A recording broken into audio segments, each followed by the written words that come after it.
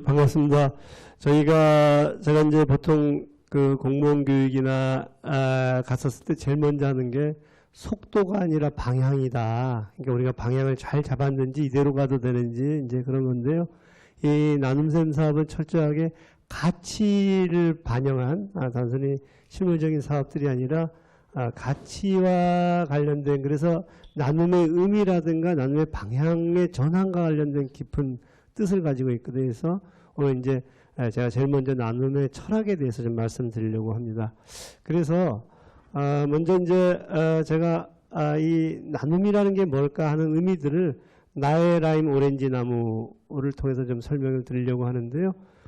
나의 라임 오렌지 나무 다 읽어보셨어요? 다 읽어보셨을 텐데 여기 있는 읽었다고 대답하신 저 박상욱 어린이, 이 양반 이름이 뭐죠? 이 아이 이름이? 제제입니다. 그렇죠. 이 친구는 제재인데 하도 말썽꾸러기를 해갖고 집안에서 늘 제재를 당해요. 그래서 심지어는 아버지가 혁대로 때리기도 하고, 그래서 매일 맞는데 이 친구가 그래도 버팅길 수 있는 것은 요 나무예요. 이 나무가 나의 라임 오렌지 나무인데 이름이 뭔지 아세요? 민균유라는 나무고, 이 아저씨는 이웃의 아저씨인데 아주 부잣집 아저씨예요. 이 사람이 뽀르뚜까 아저씨인데, 제재는 그렇게 가정에서 폭력을 당하고, 그리고 사실은 상당한 정도의 좌절과 낙담을 하면서도 이 아이가 건강하게 자라서 나중에 뽀르뚜까 아저씨가 될 수 있었던 것은 민균이하고 뽀르뚜까 아저씨 때문이거든요. 그래서 우리가 뭐라 그러냐면, 야, 사회복지는 뽀르뚜까 아저씨가 되는 건가야? 민균이처럼 저렇게 취약한 아이들이라든가 아니면은 취약한 노인이라든가 이런 사람한테 말벗이 돼주고 필요할 때 상당한 서비스를 제공해 주는 거야. 불쌍한 사람은 도와주는 거야. 이게 이제 우리가 갖고 있는 사회복지에 대한 얘기였거든요. 그래서 이런 사회복지 뽀르뚜까 아저씨 때문에 잘 된 사람이 또 한 분이 있어요. 그분이 이제 이분인데 여러분 아시죠? 프로파일러죠. 프로파일러고 또 국회의원도 하셨고 이제 그런 분인데, 이분이 제재처럼 매일 맞았지는 않았지만 아무튼 집안이 굉장히 좀 잘 케어를 하지 않았다는 건 거야. 그래갖고 울면서 나오면은 거기에 이 이웃의 아주머니가 있었대요. 그래서 이 아주머니가 이 아이를 이렇게 끌어안으면서 괜찮아, 너는 굉장히 괜찮은 아이일 거야 하고 이제 얘기를 해줘서 그 아주머니 덕분에 얘가 그래도 그것을 버팅겨냈고, 그 아주머니와 같이 있었던 그 아들이 도시락도 함께 싸우고 해가지고 이제 그랬다는 건 거야. 그래서 이 아주머니 성함이 원영? 이 아주머니 성함이 제가 좀 잘 기억은 안 나는데, 무슨 엄마죠? 원영이 아니에요. 그래서 아무튼 한번 여러분들 인터넷에 뒤져보면 나올 텐데, 그래서 이제 이분이 뭐라고 하냐면, 진영이 엄마. 진영이 엄마가 진영을 딱 치고 있다가, 이렇게 딱 해서 진영이 엄마였고, 진영이와 같은 친구가 있었다는 건 거예요.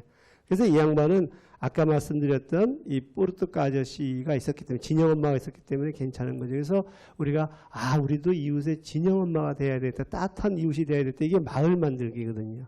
자, 그런데, 좀 슬픈 사례가 있는데, 이분은 이제 표창원이잖아요. 근데 이분과 같은 시기에 태어나서 같은 가정 환경에 살았던 사람이 신창원이라는 분이 있어요. 이 양반은 희대의 어떤 그 탈옥범이 됐고, 그리고 지금 이제 무기징역을 받게 됐는데, 이 양반하고 아까 표창원 씨하고는 1년 차이예요. 그리고 집안에서도 비슷했는데, 이 양반이 문제가 됐었을 때, 좀도둑질을 한 모양이에요. 그때 아버지가 경찰서에 와서 경찰이 훈방해서 보내려고 했더니 아버지가 뭐라 하냐면, 얘는 좀 훈육을 받아야 된다고. 그래서 소년원에 가두거든요. 그때서부터 이제 얘가 잘못되기 시작했고, 그리고 신창원이라는 분이 또 뭐라 하냐면 학교에 갔더니, 그때는 이제 이 공납금이나 그래야 되나? 어떤 어떤 학교 다니는 초등학교일 때도 이제 돈을 냈는데, 그걸 안 냈더니 선생님이 너 같은 놈 왜 학교 오냐고. 그래서 이 양반이 뭐라 하면, 그때 나의 마음속에서 악마가 생겼다. 이제 이런 건가요. 자, 그래서 제가 이제 말씀드리고 싶은 것은 뭐냐면, 우리는 표창원의 진영 엄마가 되자. 그래서 신창원과 같은 사람들이 나오지 않게 하자. 우리 이제 이렇게 얘기를 할 수가 있다는 건가요? 그런데 제 질문은 뭐냐면 과연 그 수많은 신창원들에게 포르투가 아저씨나 진영 엄마 같은 것을 우리가 해줄 수 있을 것이냐. 이게 이제 질문인 건가요? 그래서 표창원은 운이 좋았고 제재도 운이 좋았지만 운이 나쁜 이 사람들은 어떻게 할 거냐. 근데 더 놀라운 것은 뭐냐면 제재 있잖아요. 제재가 그렇게 좋았던 포르투가 아저씨가 교통사고가 나서 죽게 되거든요. 그리고 이 나이라임 오렌지나무도 베어버리거든요. 철거를 하면서. 그 어떻게 할 거냐 이런 건가요. 그래서 우리는 어떤 생각을 하게 되면 이런 생각을 하게 돼요. 통이 있으면 통에 잘 적응하는 사람이 있을 거예요. 아마 표창원 같은 사람이겠죠. 쓰러진 사람이 있어요. 이렇게. 그리고 또 튀어나온 친구가 있어요. 가출을 청소년일 텐데 이게 아마 신창원일 거예요. 자, 그럼 이제 우리는 이 친구하고 이 친구를 도와가지고 이 친구처럼 잘 적응하도록 도우려고 하지만 사실은 그게 쉽지가 않아요. 이 통이 너무나도 경쟁적이고 그러기 때문에 그 적응하는 사람은 아주 소수가 되는 건 거죠. 그랬었을 때 우리는 무슨 생각을 하게 되냐면 이하고를 도와가지고 잘 적응하는 사람을 만들 거냐 아니면 아예 통을 이렇게 넓힐 거냐 이런 생각을 할 수가 있거든요. 만약에 통 속에 있는 아이만 문제 삼게 되면 그 아이와 가족이 문제인 건가요? 근데 통 자체가 문제가 된다면 사회가 문제가 될 수 있거든요. 그래서 제가 사회의 관리 없이 사례가 관리가 될까? 신창원이라는 사람이 이 사회가 예를 들면 신창원이라는 사람이 만약에 초등학교가 무상교육이었다면 선생님한테 그런 욕을 안 듣지 않았었을까? 이런 생각을 하는 건 거죠. 그리고 제재 같은 경우에도 아버지가 제재를 그렇게 제재했던 이유는 왜 그러냐면 아버지가 실직 상태였거든요. 그래서 나중에 포르투가 아저씨가 죽었을 때 아버지가 취업을 해요. 그래서 이 제재는 포르투가 아저씨처럼 성장할 수 있었는데 만약에 아버지가 취업을 안 했다면 계속 확대를 했을 거라는 건가요. 그러면 저 실업의 문제는 어떻게 할 거냐. 만약에 실업이 되더라도 가정에 애가 학교를 다니는데 아무 문제가 없었다라면 뭐 이런 이제 고민을 하게 되면 우리는 아이들을 도와주는 방법은 아이들 그 자체도 도와주겠지만 한 사회 전체를 좀 우리가 문제 제기를 해야 되지 않을까? 위험이라는 것은 개인과 가족이 건드리기 힘든 위험들이 아까 말씀드린 것처럼 이제 많이 오는데 그래서 이제 우리 나눔샘은 위험에 대한 범위를 좀 더 넓히고 그리고 저 위험을 바라보는 시선을 좀 바꾸고 거기에 실천들을 좀 달리해야 되지 않을까 이런 생각을 하게 되는 건 거죠. 사회복지 역사에 보게 되면 그런 상황에서 이 베버리지는 그 통 안에 그러니까 제재가 사는 통 안에 결핍이 못 들어오도록 원투죠. 이그노런스, 디지즈, 스카러, 아이들리스 이런 것들이 못 들어오도록 소득이라든가 교육이라든가 의료라든가 주택이라든가 고용 문제들을 일정 정도 사회가 막아줘야 되는데 이게 통을 넓히는 건 거거든요. 그 통 안에. 그래서 저 통 안에만 들어가서 누구도 배부르진 않더라도 배고프진 않아야 된다. 저는 배고픈 소크라테스는 너무 잔인한 표현이라고 생각하는 건가요? 그래서 배고프지 않은 소크라테스의 사회. 그 배고프지 않는 것은 한 사회가 만들어가야 되지 않을까? 이렇게 이제 보게 되고 시민들이 그런 생각을 하게 되고 거기에 맞서 싸우기 시작할 때 한 사회가 관리되고 제재가 이제 그 가정의 아들이 아니라 사회의 청년으로 청소년으로 자랄 수 있지 않을까? 이제 그런 것들을 고민하게 되고 그래서 이제 베버리지는 뭐라고 했냐면 5명의 거인을 베버려야 된다. 그래서 이게 베버리지인데 베버리지 뭔지는 건데 제가 괜히 얘기했다는 생각이 좀 들긴 하는데 분위기를 보니까 이제 그래서 이런 것들을 고민하고 토론하는 시민들 그리고 그런 것을 우리는 자원봉사라고 생각하면 어떻겠느냐 이런 고민들을 하기 시작하는 게 나눔샘 사업이라고 생각하시면 될 것 같아요. 자 그래서 보시게 되면 이렇게 5명의 거인들이 올 때 우리는 개인에게 맡기거나 가족에게 맡기거나 마을에게 맡기는데 기초적으로 이 한 사회가 최소한의 5명의 거인들을 막아내면서 이 개인들에게 너희들이 이것을 해봐야 되지 않겠어? 해야 되지 않겠느냐? 이제 이런 질문들을 하게 되는 거죠. 그래서 나눔샘은 이렇게 5명의 거인들을 한 사회가 함께 막아야 된다라는 철학을 갖는 거. 이것이 배고프지 않는 사회가 돼야 된다는 거. 이런 철학을 갖는 것을 기반으로 하면서 그럼 구체적으로 시민들이 한 국가가 이러한 것들을 해달라고 주장하고 요구하는 것이 권리라는 걸 알고 그리고 시민들이 그것을 실질적으로 요구할 수 있는 시민력, 시민의 힘들을 어떻게 가질 수 있는 것이냐. 그래서 실천 현장에서 어떻게 할 수 있느냐. 이것이 이제 나눔샘 사업이 지향하는 철학이다. 이렇게 이제 보시면 될 것 같아요. 자, 그래서 그런 맥락에서 함께하는 자원봉사자. 자원봉사는 뭐냐, 나눔은 뭐냐 하는 것들을 제가 이번에 코로나19를 통해 한번 좀 설명을 해보려고 합니다. 저도 이게 참 굉장히 위험한 설명이긴 하지만 한번 좀 설명을 해볼게요. 이걸 보게 되면 왜 나눔 셈의 사업이 굉장히 중요한가 하는 것을 알게 된다는 건가요. 자, 패스트 코로나19 그리고 자원보건대 이제 이 얘기를 통해 갖고 우리가 하고 있는 나눔의 의미, 자원봉사자의 의미를 한번 좀 얘기해 보려고 해요. 자, 이 양반이 까미라는 이 소설가예요. 까미라는 소설가인데 이 양반은 부조리한 현상에 굉장히 많이 관심을 가졌었고 그리고 그래서 쓴 소설이 패스트라는 소설이에요. 패스트는 14세기에 유럽을 휩쓸었는데 그때 유럽의 인구의 3분의 1을 죽이거든요. 그 인구수로 보면 8천만 명에서 2억까지 죽었다 이렇게 추산을 해요. 그래서 14세기에 그거를 1940년대 오랑시, 본인이 태어난 그 오랑시에서 나타났다 이렇게 전제하고 쓴 소설이 패스트예요. 먼저 쥐들이 나와서 죽기 시작해요. 한 마리, 두 마리 죽기 시작하니까 그걸 보고 사람들이 저거 뭐지? 근데 이제 그것을 패스트다, 흑사병이다라고 이제 선언을 하기까지 시간이 꽤 걸려요. 그리고 쥐들이 다 죽고 나니까 그 다음에 사람들이 죽어나가기 시작해요. 어마어마하게 죽어나가는 거죠. 그때 한번 보세요. 조용히 처리합시다. 이게 도지사의 얘기예요. 그리고 파눌루라는 신부는 뭐라고 얘기하냐면 이건 하나님의 우리에게 주신 죄입니다. 회개합시다. 그래서 모여서 회개를 해요. 어떠세요? 지금 현상과 거의 비슷해 보이죠, 그죠?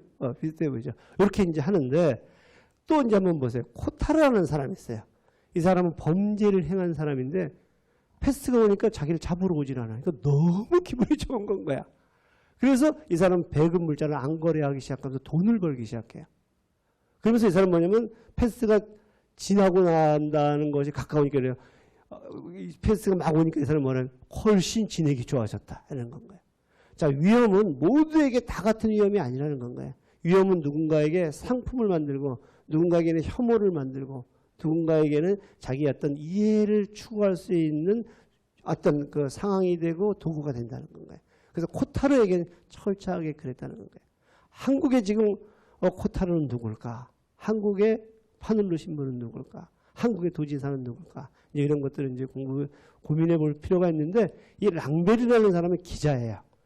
외부에서 온 기자인데 패스가 오니까 막 폐쇄를 할 거 아니에요. 그러니까 이 사람이 이건 나와 상관이 없는 일이니까 패스다 도망가려고 막 하는 건 거예요. 이게 이제 랑베르라는 사람이거든요. 그래서 제가 지금 말씀드린 것은 위험이 왔을 때 각각의 위치가에 따라서 굉장히 다른 모습들을 보일 때 이때 시민들이 모여들어요. 자원보건대라는데 쓸데없는 두려움의 그림자를 쫓아내고 대책을 세우자. 그래서 각자 자기네들이 할 것들을 세워나가기 시작해요. 그러면서 이제 이 자원보건대로 인해서 패스트가 이제 물러나고 그리고 희생을 줄여나가기 시작해요. 이게 자원보건대거든요. 제가 지금 말씀드리고 싶은 것은 나눔셈이라는 것은 이런 사회적 위험을 연대를 통해 가지고 이 자발적으로 나와서 막아내는 사람들. 그래서 볼런티어라는 영어 단어가 사회적 위험에 맞서 싸우는 용사들 이런 뜻이 있는 건가요? 이제 그렇게 되기 시작하더라는 건가요? 자, 그런데 제가 그래서 볼 것이 있어요. 볼 건 뭐냐면 왜 자원보건대가 만들어지고 유지됐을까 했을 때 랑베르 있잖아요. 아까 그 랑베르 나 상관이 없어 이 사람이 조금 지나면서 어떤 걸 게 되면 이건 우리 모두에게 관련된 거야. 그러니까 여기서 이제 한국에서 도망가려는 사람, 우한에서 도망가려는 사람 딱 보니까 어디를 도망가겠어요?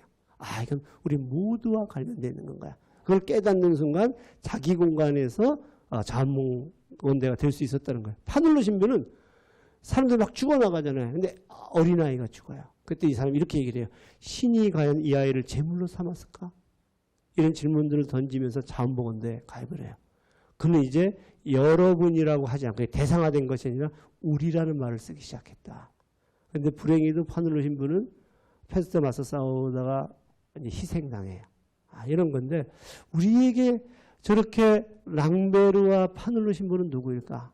우리는 과연 저런 성찰들이 가능할까? 이 위험들 속에서 이 위험을 해석해내고 그리고 이 위험이 정말 우리 모두에 관련되어 있다는 거. 나와 내 가족만 마스크를 산다든가 나와 내 가족만 괜찮은 도시로 도망을 간다든가 이렇게 생각하지는 않고 있는가 이런 질문들을 이제 하게 되는 건가요. 그런데 제가 오늘 좀 말씀드리고 싶은 것은 뭐냐면 과연 코타르는 게 뭐죠? 이걸 통해서 돈을 벌거나 이걸 통해서 혐오라든가 아니면 정치적인 어떤 그 선거라든가 이런 데 이용하는 사람들은 과연 이 신부처럼 그다음에 또 이 랑베르처럼 우리는 깨달을 수 있을 것이냐? 깨달을 수 없다는 건가요.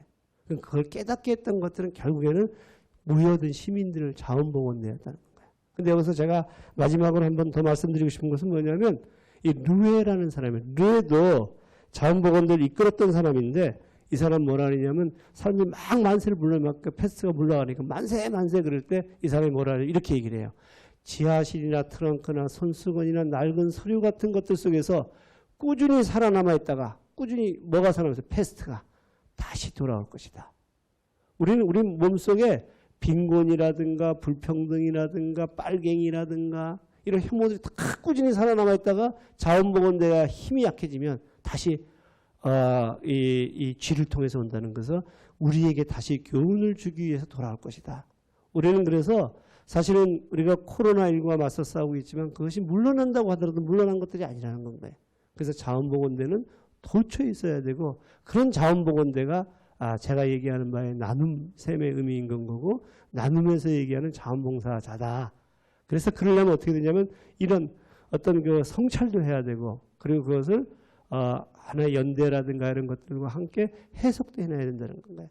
제가 지금 말씀드리고 싶은 것은 이제 제가 최근에 이런 칼럼을 하나 썼는데 뭐라냐면 한국의 자원봉헌대 지금 굉장히 많이 움직이고 있어요.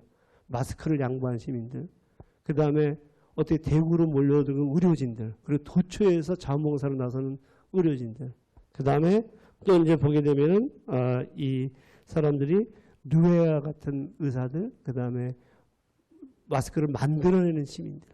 그래서 저는 지금 도처에 자원봉사자들이 있고 그 자원봉사자들이 르웨라든가 자원봉헌대, 타르라든가 뭐 이런 자원봉헌대들이 사실은 이제 도처에 존재한다는 거. 근데 제가 이제 마지막 글에서 우리 한국의 자원봉헌대는 오랑시의 자원봉헌대와 만나야 된다. 오랑시는 아까 처음 시작했던 그 오랑시거든요.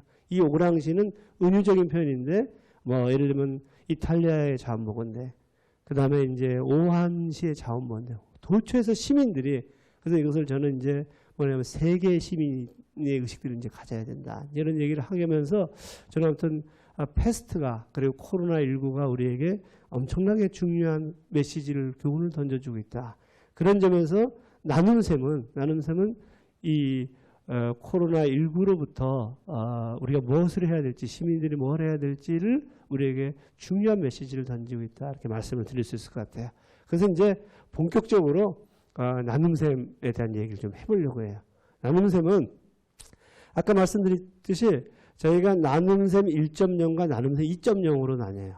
나눔샘 1.0은 불쌍한 사람, 취약계층을 도와주는 노블리스 오블리주를 가르쳐줘요. 있는 사람들이 없는 사람들을 도와줘야 된다. 사회복지에서는 클라이언트를 도와줘야 된다. 그리고 그래서 학교로 가게 되면은 교육을 할 때 불쌍한 사람에 대한 이야기를 해주고 그리고 학교에서 나눔의 공감대를 그동안에 가져왔다는 거예요. 나눔 1.0이. 근데 지금 말씀드린 대로 나눔 2.0은 그들은 다 같은 시민들이야. 그리고 위험이 닥쳤을 때 먼저 제일 취약한 시민들부터 무너지기 시작하는데 우리가 취약한 시민들이 무너지지 않는 사회 전체가 방어막을 만들어야 돼. 그들에게 시민으로서의 권리를 가져야 돼. 어떤 사람이 이 20살에 아빠가 50대 아빠가 이제 치매가 오니까 아빠의 아빠가 됐다. 그러면서 그 사람의 멘트가 뭐냐면 그 작가의 멘트가 나는 효자가 아니라 시민으로 인정받길 바란다. 효자는 뭐가 돼? 내가 헌신하는 거죠. 근데 시민이라는 건 뭐예요? 위험이 왔었을 때 누구나 다 돌봐야 될 권리들을 자각하고 요구할 수 있는 것들이 시민인 건가요? 그래서 이제 나눔샘 2.0은 그런 시민들이 공동체 지역을 변화시키는 것이 권리라는 걸 알고 그리고 이제 네트워크와 지역사회에서 실천 모델들을 끊임없이 발굴해내면서 수많은 자원보건대들을 만들어보자. 이것이 이제 나눔 2.0이라고 보시면 돼요. 그리고 이것은 나눔셈의 철학이고요. 자, 그러다 보니까 나눔 1.0과 2.0은 명칭이 이렇게 다르고요. 태도는 자선이냐 연대냐. 그럼 또 사람들이 고대는 도대체 어디 가고 서울대는 어디 갔고 뭐 이렇게 얘기를 하는데 뭐 괜한 얘기를 또 했구나 하는 생각에 그리고 대상은 불쌍한 사람과 시민들이에요. 그리고 노력하는 의지적 개인의 변화라고 하는데 우리는 배고프지 않은 연대의 공동체에 대한 관념을 갖는 거, 태도를 갖는 거. 그래서 저희가 지표 개발을 할 때도 예전에는 노력하는 의지적 개인들을 만들어가지고 어떻게 할 거냐 했는데 이러한 의식과 태도들이 어떻게 변화됐는지를 측정하는 것들에 우리는 지표 개발에 이제 집어넣고 김호혜 교수님이 이제 자세히 말씀해 주실 것이고요. 그래서 실천도 자선형 실천이냐, 권리형 실천이냐. 그러니까 이 실천이 실천할 때 굉장히 넓어지기 시작해요. 그래서 나눔 2.0은 이러한 철학을 가지고 시작을 한다. 이렇게 보시면 될 것 같아요. 자, 그래서 로고를 만들었어요. 자, 나눔셈이에요. 요 친구들 같이 하잖아요. 그리고 이게 책장이기도 해요. 그래서 우리는 끊임없이 공부하고 함께하고 해서 나눔셈을 파야 된다는 건. 그래서 이것을 좀 더 말장난을 해봤어요. 자, 나눔의 셈이라는 뜻이 있다. 나눔의 셈은 이런 철학이라든가 프로그램들을 담고 있어야 돼요. 그래서 철학과 프로그램 지표 개발들을 저희가 하고 있거든요. 그래서 철학이라든가 이론은 제가 하고 있고 그 다음에 프로그램은 이현숙 교수님이 하고 지표 개발은 김영희 교수님이 하고 그래서 이게 나눔의 셈에 그것이 쌓이면 그걸 갖고 나눔 선생님들이 갖다가 교육을 하는 겁니다. 나눔. 그래서 나눔 선생님들 교육을 하게 되면 사람들이 시민들이 또는 학생들이 모여갖고 이제 자원보건대 자 나누셈 이렇게 나누서 이렇게 실천을 결의를 하는 건가요? 굉장히 놀라운 의미가 있지 않아요? 그래서 나눔의 셈, 나눔셈. 그래서 저희는 장기적으로 나눔셈을 형성하는 거, 시민교사를 만들어내는 것들도 포함하고 프로그램도 만들어야 되고 더 나아가면 구체적인 실천의 모델들, 실천의 어떤 그 현장들을 발굴해내야 된다. 이게 나눔셈의 목표라고 보면 돼요. 자, 그래서 보신 것처럼 나눔셈에서 나눔 선생님들이 가르치면 이렇게 나눔의 광장이죠. 지금 21개 기관들이 그 광장이라고 보면 돼요. 거기서 공감, 연대에 대한 공감, 소통, 학습을 하게 되면 여기 모인 사람들이, 시민들이, 청년들이, 청소년들이 우리 나눔셈. 그래서 실천을 하는 거야. 정책이라든가 철학이라든가 학교라든가 지역 속으로. 여기서 그것이 쌓이게 되면 다시 피드백을 통해서 나눔셈이 축적이 되고 축적된 것들이 또 다시 가고 축적되고 그리고 때로는 축적된 것들이 바로 학교나 현장으로 들어가기도 하고 저희들이 이러한 것들을 만들어내려고 하는 것이 나눔셈 프로젝트다. 놀랍지 않습니까? 한번 박수 쳐줘. 자, 이제 그런 거는 이제 끝날 때가 됐어요. 자, 그래서 오신 것처럼 생존의 문제에 빠진 이기적인 인간, 호모 이코노미크스, 경제적인 문제, 코타르 같은 친구예요. 그리고 일부 정치인들이 이걸 통해 갖고 혐오라든가 뭐 등등을 통해 갖고 표를 얻으려고 하는 이런 이기적인 인간이 호모 이코노미크스들이 나눔셈을 통해 가지고 고민을 하게 되면 공동체 참여하는 인간, 이게 아리스토텔레스에게 한 호모 폴리티쿠스, 정치적인 존재가 돼요. 그럼 그걸 통해 갖고 학습 동아리라든가 우리의 이런 다양한 프로그램을 통해서 마을과 국가 속으로 들어가야 된다. 이게 저희가 지향하고 있는 건 거예요. 자, 그러다 보니까 어떻게 되냐? 생존의 이기적인 인간이 세상 읽기를 통해서 교육이라든가 시민교사들을 통해 생각의 변화가 되면 실존의 정치의 인간이 되고 그 실존의 정치적인 존재가 토론과 공감을 통해서 학습 동아리나 다양한 것들을 통해서 마을 속으로 들어가더라. 협동조합도 만들고 그다음에 시민단체도 만들고 또 더 나아가면 사회복지 기관 시설도 만들고 그리고 그 속에 가서 하는 다양한 자원보건대가 되더라. 이렇게 이제 보는 건 거예요. 자, 그래서 이런 이제 도식이 되게 되고 이러한 것들을 저희가 프로그램이라든가 철학이라든가 이런 것들을 가지고 체계적으로 지원하려고 하고 있다는 건 거예요. 자, 그래서 인간이라는 것은 호모폴리티크스 정치적인 존재라는 것은 생각하는 존재고 말하는 존재고 이제 공동체에서 말을 해야 돼요. 그리고 자기 목소리를 가진 존재다. 자기 목소리를 가지고 공동체에 참여하는 존재. 이게 호모폴리티크스. 저희가 지향하는 어떤 시민이고 자원보건대다. 이렇게 이제 보시면 되고요. 그래서 그 인간은 도대체 어떤 인간이냐? 비유적으로 이 사람은 마르다예요. 마리아 예수인데 예수님이 오시니까 마리아는 가서 열심히 들어요. 마르다는 일만 해요. 왜? 예수님 밥을 만들어야 되니까. 마르다가 너무 화가 나갖고 마리아 빨리 나오란 말이야 이렇게 얘기를 하는데 안 나와요. 그러니까 지금 화가 난 표정인 거예요. 이게 아마 악마일 거예요. 근데 예수님한테 얘기했더니 예수님 좋아하는 것을 하게 내버려둬라 이렇게 됐어요. 제가 지금 말씀드리는 것은 마르다 형들이 많다는 거예요. 마르다 형은 마르고 닳도록 일만 해요. 의미를 모르고.